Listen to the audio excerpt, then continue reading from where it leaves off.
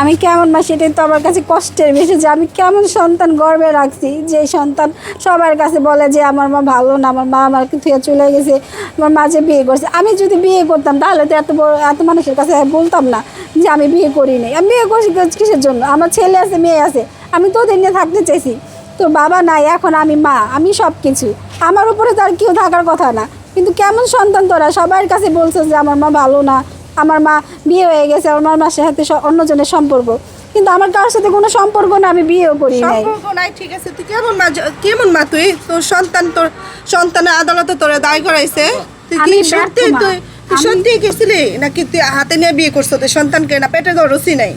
আমি পেটে ধরছি দেখে তো আমার আজকে কষ্ট লাগতেছে, যে কেমন সন্তান পেটে নিচ্ছি, যে সন্তান মার নামে এরকম এত বড় একটা কথা বলে। এর চেয়ে কষ্ট তো পৃথিবীতে আর কিছু নাই। এর জন্য অনেক ভালো ছিল যে সন্তান মার নামে বলে। মনে হয় তো না তুই পেটেই ধরস নাই, তুই পালকে আনছো তোর ছেলে মেয়ে, তার জন্য তো আজকে ছেলে মেয়ে তোর জন্য এত বদনাম, এত কিছু রটাইতাছে। যদি সত্যি তুই মা হতি তাইলে আজ এ পোলা পাইনি এই বদনামগুলো এভাবে ছড়াইতো না মিডিয়ার কাছে যায়। মা যতই খারাপ হোক, মা কখনোই খারাপ হইতে পারে না। মা যদি খারাপও হয়, রাস্তার মহিলা হয়, মাই। সন্তান কখনো মার নামে কখনোই কোনো ইতিহাসে বলতে পারবো না মার নামে বদনাম। এই ইতিহাসের পাতায় সোহান সোহানা নামই থাকবো যে মার নামে বদনাম বলে।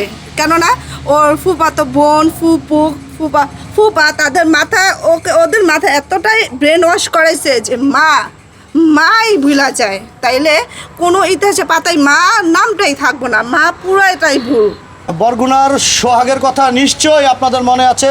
9 জুন 2025 মিটফোর্ডে সোহাগের কথা নিশ্চয়ই আপনারা ভুলেন নাই। মিটফোর্ডের সোহাগের সাথে যে অনাকাঙ্ক্ষিত ঘটনা ঘটেছিল, সেই সোহাগের কথা আপনারা এখনও আপনাদের নিশ্চয়ই মনে আছে। সেই সোহাগের স্ত্রী আমাদের ক্যামেরার স্ক্রিনে এখন এই মুহূর্তে রয়েছে।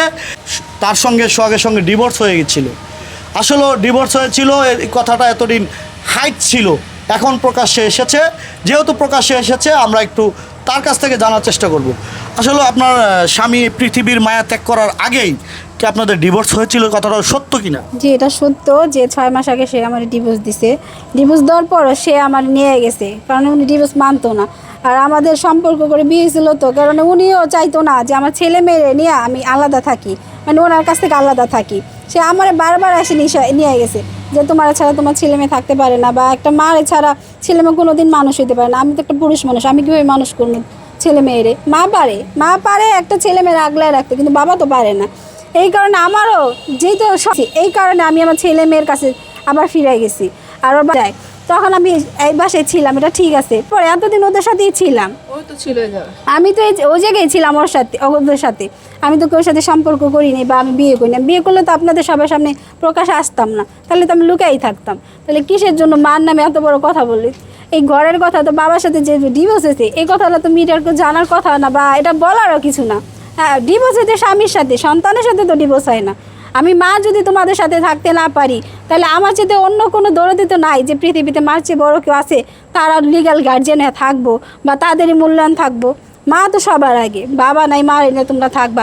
আমিও তোমাদের সাথে থাকতে চাইছি, কিন্তু তোমরা আমার সাথে যে এরকম ব্যবহার করো, মনে হয় যে পরের এরকম ব্যবহার করে। কে আমি অপরাধ করছি? আমি কি তোমাদের মতো সন্তান জন্ম দিয়ে পাপ করছি? যাদের জন্য এত বড় করলাম, আমি যদি খারাপ মাই হইতাম তো এত বড় সন্তান করতে পারতাম না। তো সন্তানের যদি ভালোবাসায় না থাকতো, তাহলে তো বহুত আগেই চলে যেতে পারতাম। আমি তো সেটা করিনি, এখন তুইও তো করিনি। সে চিন্তা ভাবনা তো আমার মাথায় নেই। আমি তো এখনও চিন্তা ভাবনা করে আমার ছেলে মেয়ের নামে সুন্দরভাবে থাকবো।